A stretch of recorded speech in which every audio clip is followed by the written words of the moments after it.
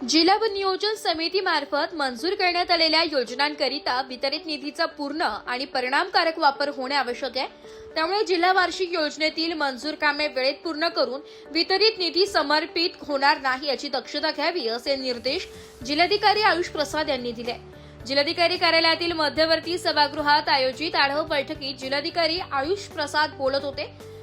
यावेळी सहाय्यक जिल्हाधिकारी तथा प्रकल्प अधिकारी अर्पिता ठुबे, पशुसंवर्धन उपायुक्त प्रशांत धर्माधिकारी, जिल्हा नियोजनाधिकारी विजय शिंदे, जिल्हा क्रीडा अधिकारी सुनंदा पाटील, सहाय्यक वनरक्षक वन्यजीव संरक्षण प्रशांत खेरनार, सहाय्यक वनसंरक्षक पश्चिम विभाग हेमंत उबाळे, सहाय्यक वनसंरक्षक पूर्व विभाग SR सोनवणे, सहाय्यक वनसंरक्षक प्रवीण डबाळे, जिल्हा अधीक्षक कृषी अधिकारी कार्यालयाचे तंत्र अधिकारी विजय चौधरी, संदर्भ रुग्णालयाचे वैद्यकीय अधीक्षक डॉक्टर अरुण पवार यांच्यासह विविध विभागांचे अधिकारी उपस्थित होते।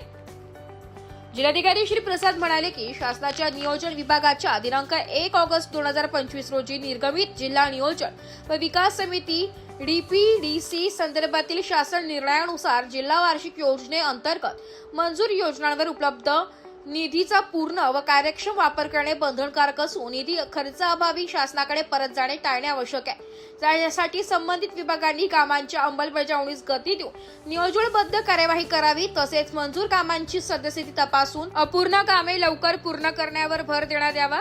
तसेच योजनेअंतर्गत करण्यात येणाऱ्या कामे दर्जेदार व गुणवत्तापूर्ण करण्यावर अधिक भर द्यावा। निधी अपुरा असल्यास आवश्यक अतिरिक्त निधीसाठी स्पील प्रस्ताव परिपूर्ण स्वरूपात सादर येत्या 4 ते 5 दिवसात सादर करावे। याबाबत लवकरच आढावा घेण्यात येणार असल्याच्या सूचनाही त्यांनी दिल्या। बैठकीत प्रलंबित प्रशासकीय मान्यता, वितरित निधीचा खर्च, मंजूर कामांची सद्यस्थिती, अपूर्ण कामांसाठी आवश्यक अतिरिक्त निधी प्रस्ताव तसेच अखर्चित समर्पित निधी याबाबत चर्चा करण्यात आली आहे। विविध विभागांनी त्यांच्याकडील कामांची सद्यस्थिती, झालेला खर्च व अखर्चित निधी याबाबत माहिती सादर केली आहे। ब्युरो रिपोर्ट, नाशिक लोकशाही न्यूज, नाशिक।